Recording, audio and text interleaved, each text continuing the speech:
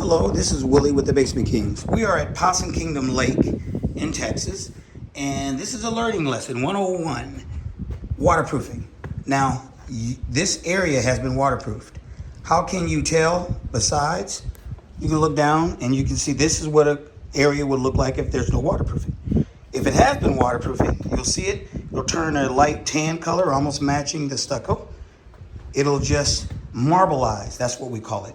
It'll marbleize as it dries over time, and it'll change different colors. Now you'll see these patches.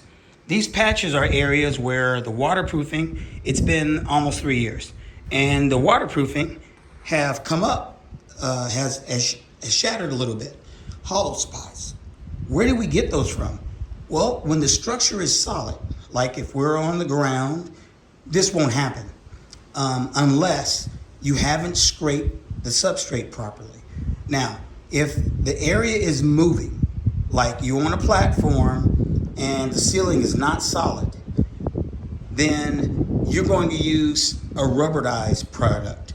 But they were under the belief that this was solid, there is no movement. Well, there is movement. And what happened is certain areas became hollow. So all we have to do is hit it, scrape it off, and you'll see where the spots are.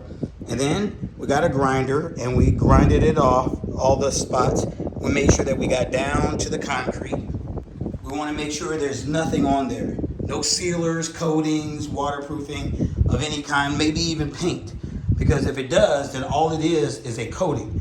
The waterproofing will not be able to penetrate the concrete. And a crystalline product will. Now, how is it that you will know if the structure is moving? We weren't able to know before because the house was brand new. We're going to go down and see something we saw for the very first time today. And you can see over here where we've already did our patches. And all we had to do was do the same thing we just showed you a second ago. After we apply the first coat, this is what it looks like. It'll lighten up in the gray, taking about an hour and a half maximum for it to dry out. This here was done last, so in another 20 minutes, 30 minutes maximum. And after we do that, we scrape off any bobbles. See these little lumps? We'll just get a trowel, just slide this trowel over the top. It doesn't get any easier. Once you do that, sweep it up. And once you sweep it up, it's ready to go, just like that. Now, what else is I'm going to show you is how do we know that this structure is moving, which is what caused it. See? Down here, you can see that the structure is moving. So that means it's almost floating. So as it's shifting because of the wind, it's 3 stories high. That means you can expect that you will, within 2-3 years, have to scrape off certain areas and then reapply. Look, this is the area. See, this is over 3 years old. This is the bottom. And why there's no cracks? Because it's at the bottom and it's not shifting. So when it does, all you have to do is do what we're doing here.